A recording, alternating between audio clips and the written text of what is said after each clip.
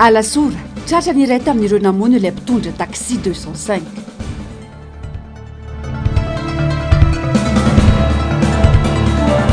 fokotany tonga arivo tanjombato mitarainy ireo mponina amin'ny tsindry azo lena nataon'ireo karana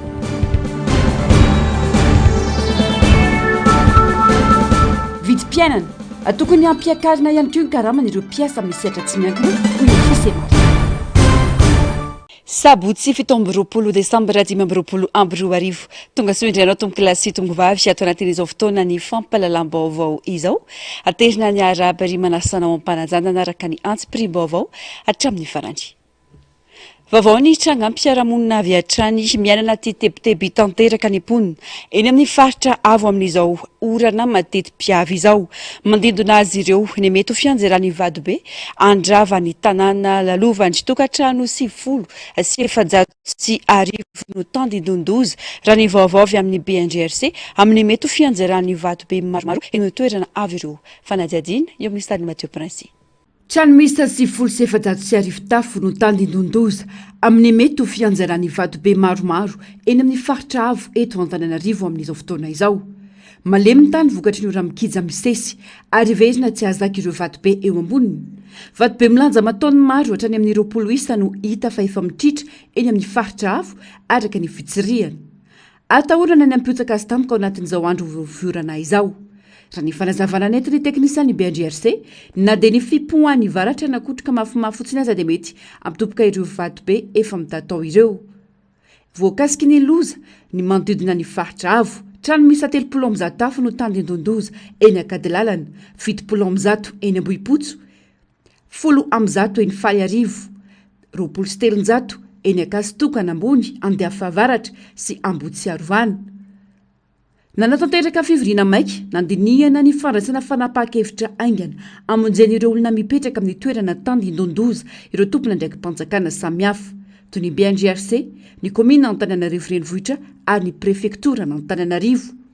efa nisy ny fametrahana saina mena mitsatoka amantarana ireo toerana tandindondoza amin'ny fiotsahana sy ny fianjaran'ny vadobe eny amin'ireo toerana ireo ankoatra misy ihany koa ny fitaovana ampiasainy rahan'ny BNGRC sy ny CPGE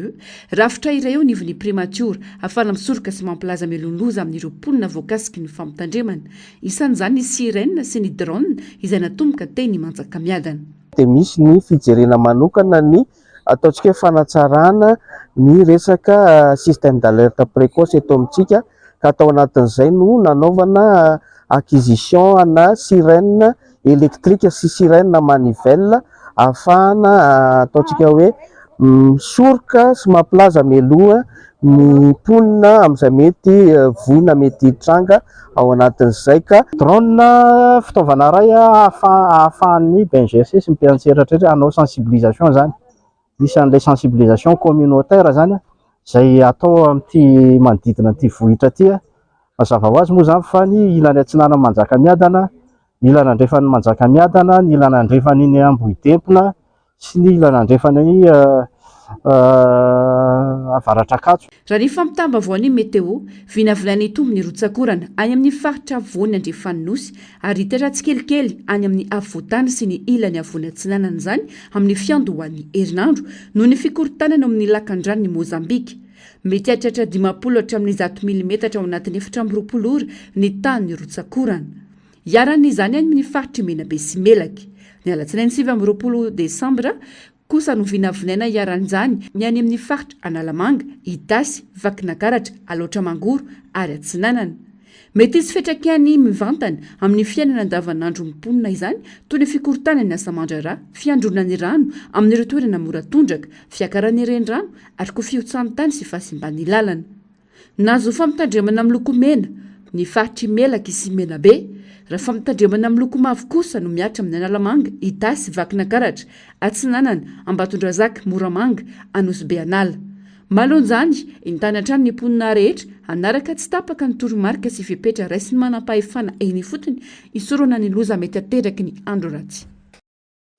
Makasika ny raharam-pirenena kosa indray tsy nisy fampiasan-kery ny fakanany jeneraly Ravalomanana Richard teny an-trano teny Ambatovinaky ny atoandro teo. Nanaiky nentina tao fanadihadiana ny tenany fantatra fa tompon'andraikitra ambony avy ao ministeran'ny fitsarana no tonga ny fampiresaka taminy talohany nitondra anazy ho an'ny Tobira Tsimandrava raha ny loharanom-baovao samihafa fanampanazavana. Nalana tao an-trano tokony ho tamin'ny 12 atoandro teny jeneraly Richard Ravalomanana ary nentina teny amin'ny Tobira Tsimandrava natao fanadihadiana raha ny loharanom-baovao samihafa tamin'ny 10 sy sasany maraina no fantatra fa nigadona teny amin'ny trano fonenany teny Ambatovinaka ny tompon'andraikitra ambony eo nifiny ministeran'ny fitsarana ny fampitafa tamin'ny minitra vitsivitsy atsasakadiny taorian'izay niala ny tokantrano niaraka tamin'ity tompon'andraikitra ambony eo nifiny fitsarana ity ny filohany anteny Mirandolona teo aloha.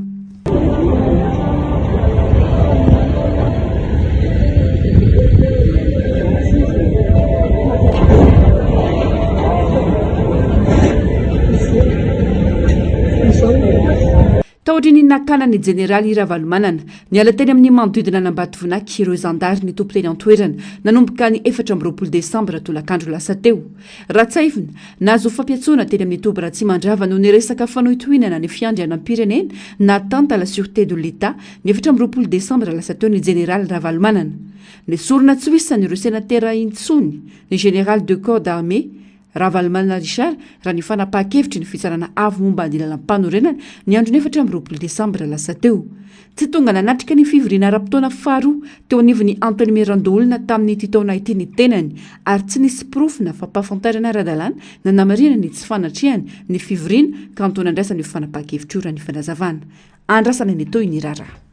Mijany eo amin'izay vaovao izay nitondra fanazavana mikasika iny raharaha fakana sy fanaovana fanadihadiana ny filohany anteny Mirandolona teo aloha io ariva io ny teo anifiny fitsarana tamin'ny alalany itony mpampanolalana. Namarana tao anatin'izany fa raha maro no anenjiana ity tompon'andraikitra ambony teo aloha ity ka isan'izany fitsapahana andraikitra izay avoasikazo fandikan-dalàna tsy tao anatin'ny asany amin'ny mahafilohana androm-panjakana azy nandritra ny etsika ny tanora teo tsy maintsy andraisana fepetra ny trangana herisetra sy fahafatesan'olona nandritra ireny etsi-bahoaka ireny hoy ny fanamafisana ho arahantsika ny fanadihadiana makasika izay. Araka ny lalana velona sy ny lalam-panorenana eto Madagasikara ny fiantsona ny filohany anteny Mirandolona teo aloha teny amin'ny trano fonenany sy nanaovana fanadihadiana azy androany ho nitony mpampanolalana raha nitondra fanazavana momba ity raharaha ity ny andimy fa 430 ny lalam-panorenana no angaina tamin'izany hoy ny fanazavana.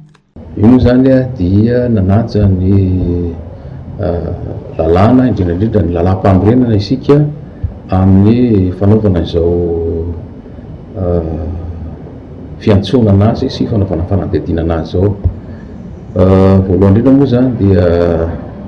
raha ny lalam-panorenana zany amin'ny ankapobeny dia momba an'ireo lehibe ny androm-panjakana ny filohan'ny anteny Mirandolona sy ny filohan'ny anteny miram-pirenena dia tokony ho any amin'ny haute cour de justice na ny fitsarana hafa zany mandray zany ny sy ny fanao fitsarana anazy zany. Kanefa kosa zany araka ny andiny fa 430 ny lalam-panorenana dia makasika zany ny mety ho fandikan-dalàna zay tsy ao anatin'ny asa zay iandraketany ireo lehibe ny androm-panjakana voalaza teo ireo na ny filohan'ny anteny Mirandolona ny filohan'ny anteny miram-pirenena na ny ao anatin'ny mpikambana ao amin'ny fitsarana avy lalam-panorenana raha vao tsy anatin'ny asa zany le izy dia andraikitry ny fitsarana ataontsika hoe droit commun filazana azy zany ny fitsarana tsotra zany no miandraikitra ny fanenjehana anazy. Raha maro no anenjehana ity tompon'andraikitra ambony teo aloha ity isan'izany fitsapahana andraikitra izay voasikazo fandikan-dalàna tsy tao anatin'ny asany mahafilohana androm-panjakana azy nandritra ny etsiky ny tanora farany teo ka antony andraisan'ny fitsarana droit commun ny raharaha araka ny lalam-panorenana. Tsy maintsy andraisana fepetra ny trangana herisetra sy fahafatesan'olona nandritra ireny etsi-bahoaka ireny hoy ny fanazavana. Araka ny voalazako teo moa zany dia zavatra maromaro no mety ho anenjehana anazy hitantsika tamin'ireny fangatahana ampilaminana zay nataon'ny vahoaka ny tarihan'ny tanora reny a dia hitatsika ny zavatra niseho teto amin'ny firenena fa herisetra miaro misy faty olona mihitsy ary noho ny zavatra niseho teto amin'ny firenena ary dia tsy maintsy handraisana fepetra izany. Dia hitatsika moa ny zavatra niseho fa nandray toerana tokony tsy ho azy ny filohan'ny antenimieran-dolona teo aloha zany dia ny generaly Richard Ravalomanana, izay atao hoe fitsapahana zay raha dika amin'ny fiteny vahiny dia hoe usurpation de fonction. Dia hitatsika fa tsy ao anatiny andraikitra filohan'ny antenimieran-dolona anazy zany. Tamin'ireny zavatra ireny moa hitatsika fa nisy ny naratra mafy ary nisy koa ny faty olona ary dia be dia be ny fitarainana zany zay tonga na teto anivon'ny fitsarana na te anivon'ny ministera ny fitsaranana dia eo ihany koa ny fitarainan'ny vahoaka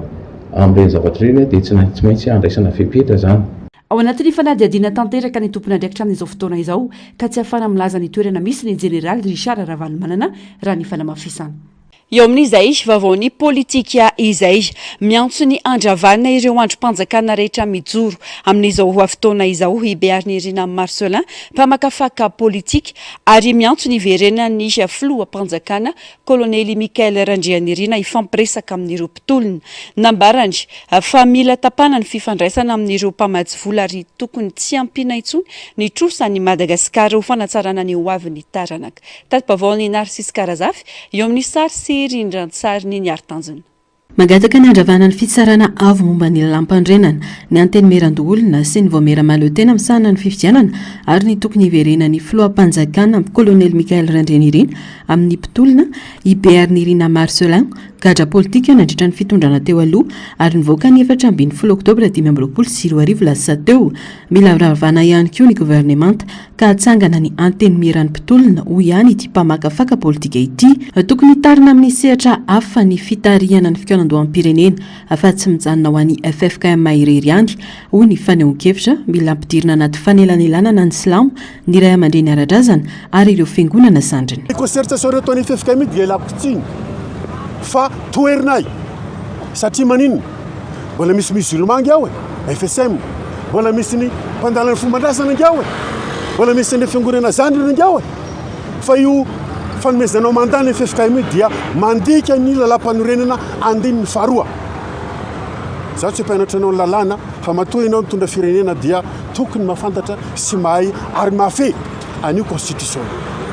ka dia na inona fekevitra raisina avy ambelanan'io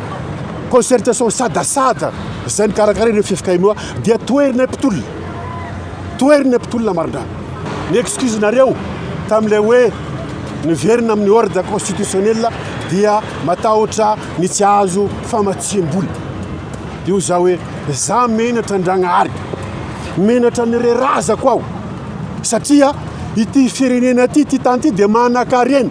kanefa dia mangataka foana kanefa dia mitrosa foana. Misy fomba azo atao afana mamaha ny olany jiro sy rano mamaha ny olana ara-tsosialy zay misy eto amin'ny tany sy ny firenena fa mianga amin'ny arena eto amintsika manan-karena tsika. Nanoterenangina azy Irina Marcelin taorian'ny fivoahan'ny fonja dia hanolo-kevitra fa tsy tsikera be fahatany tenany ny fitondrana amin'izao tamin'ny alalan'ny ministeran'ny fitsarana kosa no nangataka azy tsy haneo hevitra politika aloha izay tsy fantany mazava ny antony hatreto raha ny fanazavany hatrany. Fa misy antony manokana no antony tsy hitenerako sy tsy voako dia mialatsiny raha milaza ny tiany tenako fa noterena zao fanjakana zao aho tsy haneo hevitra noterena aho tsy hisehoseho amin'ny réseaux sociaux ary ny avy eo amin'ny ministre ny fitsarana aza dia nitenena hoe mijanona aloha any an-trano fa aza mivoaboaka ianao fa sao de voasambotra. Ny lalam-panorenana zay nanaovan'ny Andriamatoa Mikael Randrianirina fianianana nefa ao amin'ny article 5 dia milaza fa ny vahoaka no tompon'ny fahefana. raha tsy ahivina efa taona lasa izay dia nogatra ny fitondrana rajoelona ity mpamakafaka politika ity rehefa ny antso ny tokony alany teo amin'ny fitondrana navezivezy tamin'ny fonjana tanymora tsy efa ary mery atosika an-tenany atao anatin'izay efa taona izay ka izay no mahasarotiny azy amin'ny tolona natao ka antony anaovany antso manoloana ny zava-misy eto amin'ny firenena nateo aza ny fandrarany fitondrana kehitriny azy tsy haneho hevitra politika dia vonina ho arifanina ho an'ny fitondrana mijoro amin'izao fotoana ny tenany. Faradalana ny fanoloana olona no evany fitantanana hoy ny mpitarika sindikaly iray raha naneho hevitra manoloana ny fanendrena olom-baovao maro atao anatin'ny filan-kevitry ny minisitra tokony ho atsaraina amin'ny asa sy ny vokatra entiny ireo voatendry hoy Razaf Mberson Mohamed maro amin'ireo mpanara-baovao sy ireo tanora ihany koa no mbola misalasala ny amin'ny tena fanavaozana no ny fanendrena olona avy amin'ny fitondrana teo aloha miandry ny fomba fiasan'ireo tompon'andraikitra vaovao izy ireo araka izao fanadihadiana etiny Narcisse Karazafy sy mbola avatsara amin'itsika izao. Zavatra mahazatra sy ara-dalàna ny fanoloana olona sy ny fiovahan-toerana eo anivon'ny fitantanana ho ny mpitarika sindikaly iray olona mendrika ny andraikitra nankinina tamin'ny akamaroan'ireo voatendry tato ato raha ny fanazavana isan'ireo nandray anjara tamin'ny tolona ireo tompon'andraikitra vaovao ireo aka tokony ho tsaraina amin'ny asa sy ny vokatra entiny fa tsy amin'ny satana ny fiaviany nanamafy ity sindikalista ity fa ny fandraisana anjara tamin'ny mpitolona dia porofo ny fitiavan-tandrazana ary nohony fa samy manana ny anjara entiny amin'ny fampandrosoana ny Madagasikara ireo olom-baovao ireo raha omena fotoana sy fahafahana natanteraka ny andraikiny. Misy foana ilay hoe fanoloana olom-baovao satria araka fomba fiteny miova sata miovandriny fa raha fahitany ny nomination tato ato aloha azo lazaina fa olona mendrika daholo no nome satria akabeazan'izy ireo dia olona mpitolona tao anatin'ny tolona dia mendrika dia mena toerana ary tsy matoa zareo ny tolona dia manana fomba fijery manokana hitondra anjara borika eto amin'ny firenena dia mendrika raha mba omena an'izany toerana zany zareo dia ho tsara itsika zareo avy eo hoe mba nahavita ve fa amiko aloha raha resinitsiny raha fametrahana olona amin'izao fotoana iresantsika zao. Lambarany volohany Ana Lucie ministra ny fizahantany sy ny asa tanana fa tokony tsy adinoana fa vokatry ny fandaharana sy ny tolona tsy manaiky lembenana no nahatonga ireo dingana rehetra vitatra amin'izao araka ny fanazavany samy manana ny andraikiny nankinina tamin'ny azy avy ireo tompon'andraikitra voakasika ny fitiavan-tandrasana no antony lehibe nandrisika azy ireo andray andraikitra eto amin'ny firenena niarany tolona sy niarana azo andraikitry Clément Sarary Nirina Lili Rafarala ary Alban Rakotoarso ho mariky ny fitohizan'ny adidy sy ny fanoloran-tena ho an'ny fampandrosoana sy ho an'ny tandazana ho hiatran'ny fanamafisana ka ao anatin'ny fandraisana andraikitra sy ny fanatanterahana ny asa no hanohizana sy anehoana amin'ny fomba mivaingana ny fitiavan-tandrazana. Tokony tsy hoadintsika fa niezaka rehetra ny dia ninga tamin'ilay fandaharana nataonay teny mianadahy tsy manaiky lehibena izay fotosainana izay ilay tsy manaiky fotsiny amin'izao tsy maro ilay manana fahafahana afaka hanovana mandray andraikitra dia tsy mivoana amin'izay fa ny andraikitra nomenanay no samy manana sehatra misy azy fa izay fotosainana izay dia tsy hivoana izay no mahatonga hoe fitolona dia mitohy tany anaty fandraisana andraikitra indray maro. Nanao sesy tokoa tato ato ny fanendrena olona ao anatin'ny fitondrana fanavaozana eto amin'ny firenena ny alatsinainy teo olona maherin'ny zato no nivoaka teo anivon'ny filan-kevitry ny minisitra ka niteraka resabe ho an'ny mpanara-baovao maro ireo milaza fa very maina ny ezaka nataon'ny mpitolona ary nataon'ireo mpanao politika tohatra fiakarana akana fahefana ireo tanora sy ny vahoaka ty tandrazana hatreto anefa mbola tsy tantaratra ny fanavaozana tia napetraka ho ireo tanora sasany mampanahy hoy ny tanora ny Gen Z atao amin'ny pejiny satria maro loatra ireo fanendrena sy fampidirana ny olon'ny fitondrana teo aloha anatin'ny fitantanana ny firenena mpanao politika izay tsy madio ary mbola manana raharam-pitsarana ny enjehana azy tany aloha lany Malagasy manam-pahaizana sy manam-panavy Madagasikara hoy izy ireo mametra-panontaniana ka zary lasaka sy trano an-trano sy fizarana seza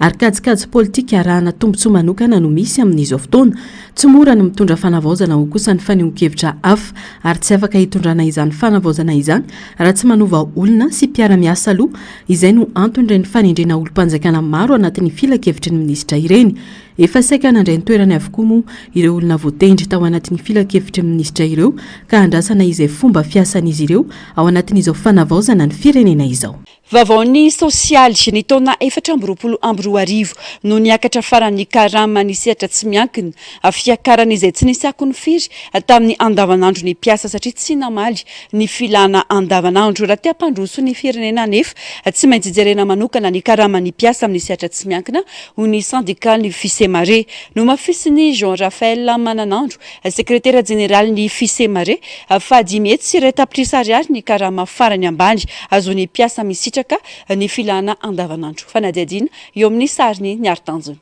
Raha tia mpandroso firenena dia mila jerena manokana ny karaman'ireo piasa amin'ny sehatra tsy miankina. Isy araka izany taratasy misokatra ho alefan'ny syndicat Fisemare ho an'ny ministeran'ny asa nambaran'ny syndicat Fisemare fa mila mifampiresaka ny mpampiasa sy ny mpiasa azahoana mampiatra ny karama farany ambany eto amin'ny firenena. Manao antsoavany ministeran'ny Fisemare mba hifandinika amin'ny syndicat sy ny mpiasa fa tsy amin'ny mpampiasa fotsiny ihany. Tokony hamaly ny filana andavanandro ny karama farany ambany ho hiatran'ny fanazavana. Nanomboka tamin'ny 2020 zany dia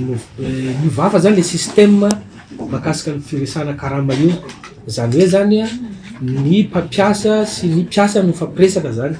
Dia izay tapaky ny mpiasa sy ny mpampiasa zany no alefany amin'ny gouvernemanta avoaka ho décret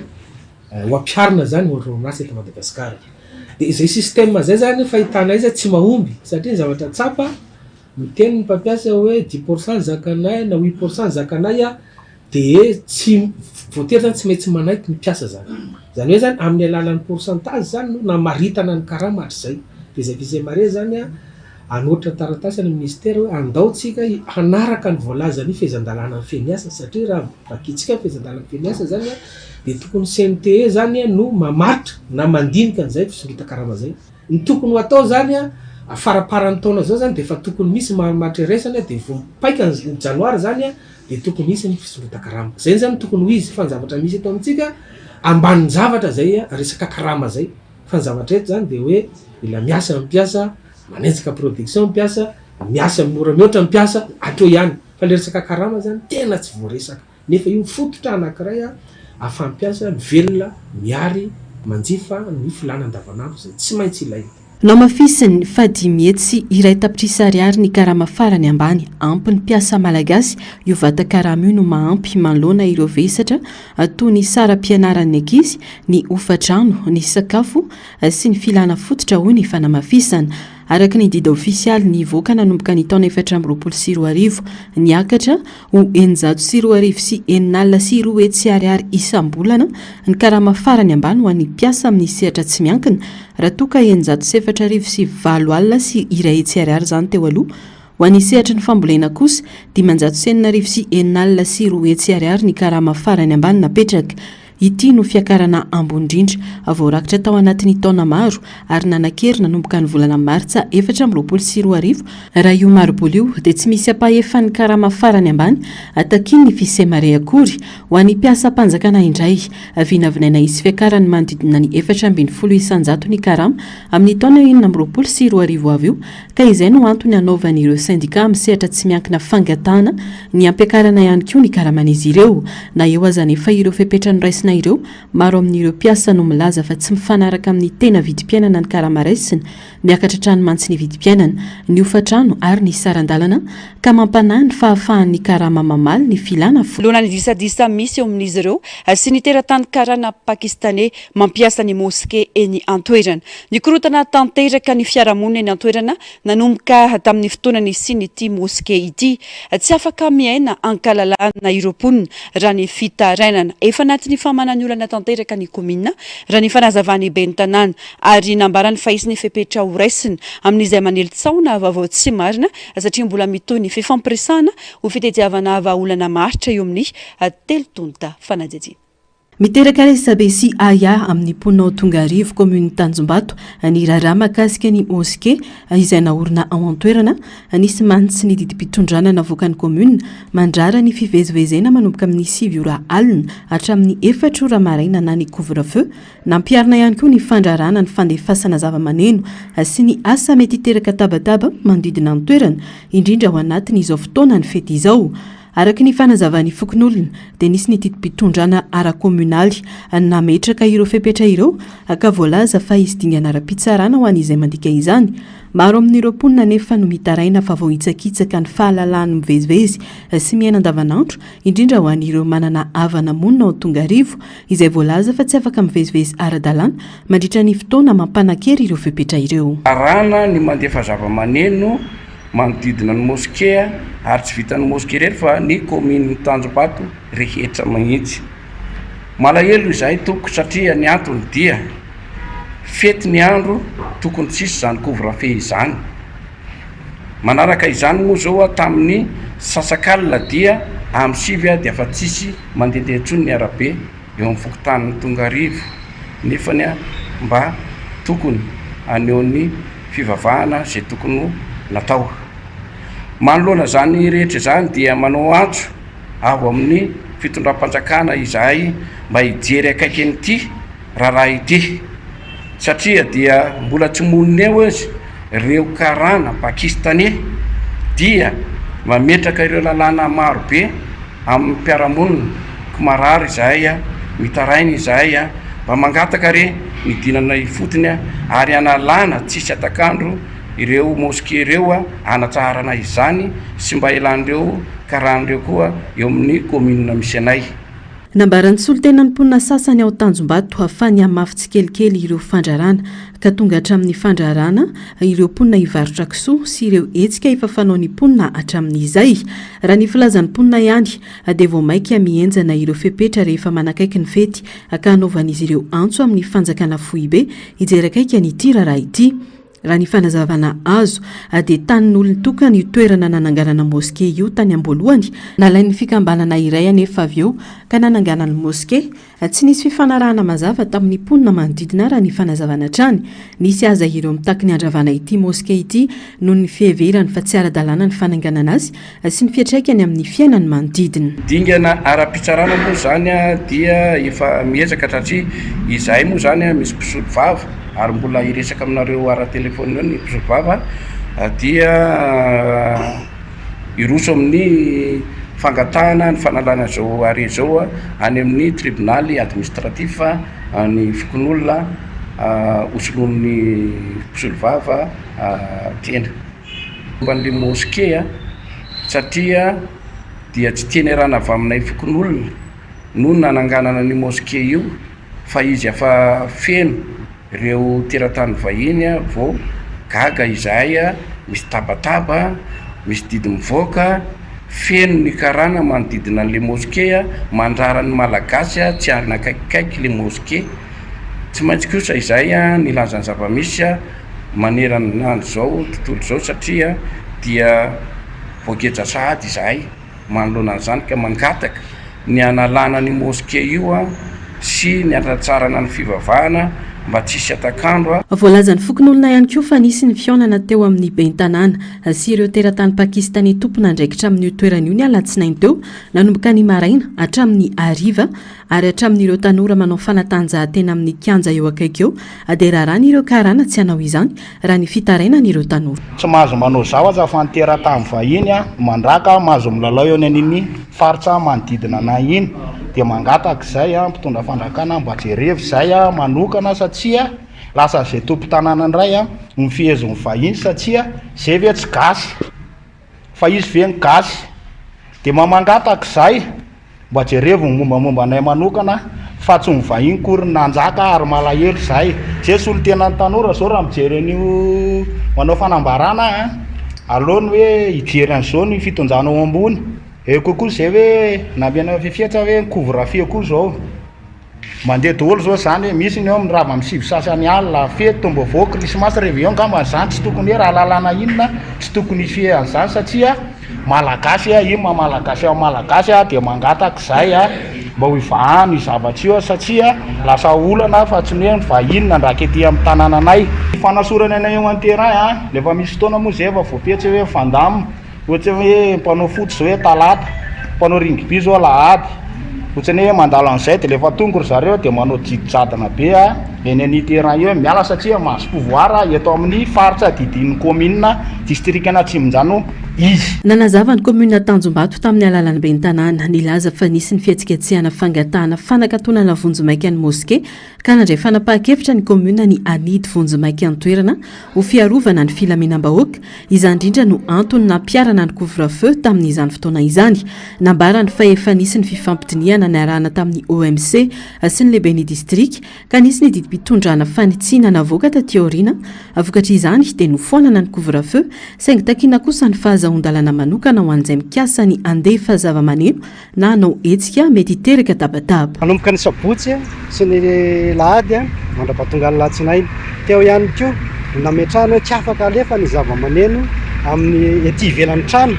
fa raha ny anatin'ny tokantrano kosa dia afaka mandeha na ny anatin'ny toeram-pivarotana dia afaka mampaneno ohatra nisy fiainana isan'andro ihany fa no an'ny eny an-dalambe dia fantatritsika fa misy ny lalàna mifehy izay hoe fandefasana zava-maneno izay dia mila angatahana autorisation eo anivon'ny commune. Rehefa nandeha ny fifampiresahana tsy ny fifampidiniana ny alatsinainy tao aorianan'izay hetsika mafampana izay dia niarahako tamin'ny OMC teo ny chef district teo ny solitena avy amin'ny force maro samihafa ny andro alatsinainy maraina dia namoaka didim-pitondrana fanitsina izahay teo anivon'ny commune dia nofoanana tamin'izany ny couvre-feu nofoanana tamin'izany ihany koa ny fahafahan'ireo teratany vahiny mivezivezy ny teratany malagasy fa nametrahana tao anatin'izay didim-pitondrana fanitsiana izay dia ny fanakatonana vonjomaika aloha dia mbola mitohy sy ny fandefasana zava-maneno tsy nahazahoana lalana dia tsy afaka atao raha tsy maka lalana eny anivon'ny fitantanana ny commune. Nanamafy ny ben'ny tanàna fa andraisana fepetra entitra ireo olona mivoy vaovao tsy marina sy manelitsao mahakasika ity raharaha ity satria niteraka savorivory sy fifandirana eo amin'ny samponiny izany no mafisiny ihany koa fa nisy tokoa ny fiaonana tamin'ireo pakistanais ny alatsinainy teo saingy atsasakadiny teo izany ary natao tao anatin'ny rafitra ara-dalàna ny fifampiresahana ho fitadiavana vahaolana maharitra.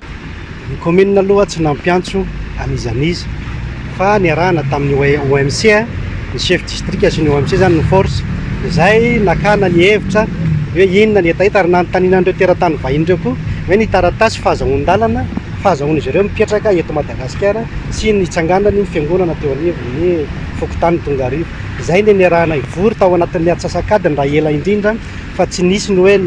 niona tamin'izy ireo maraina mandra-parivany andro. Izay ilay nampanafatry ny lazaiko teo hoe ny mivoy resaka tsy fantatra tsy ahitana porofo dia ho anisan'ny hoenjehan'ny lalàna ary andraisan'ny fepetra ny commune fepetra manomboka izao. Onana moa na ny mosquée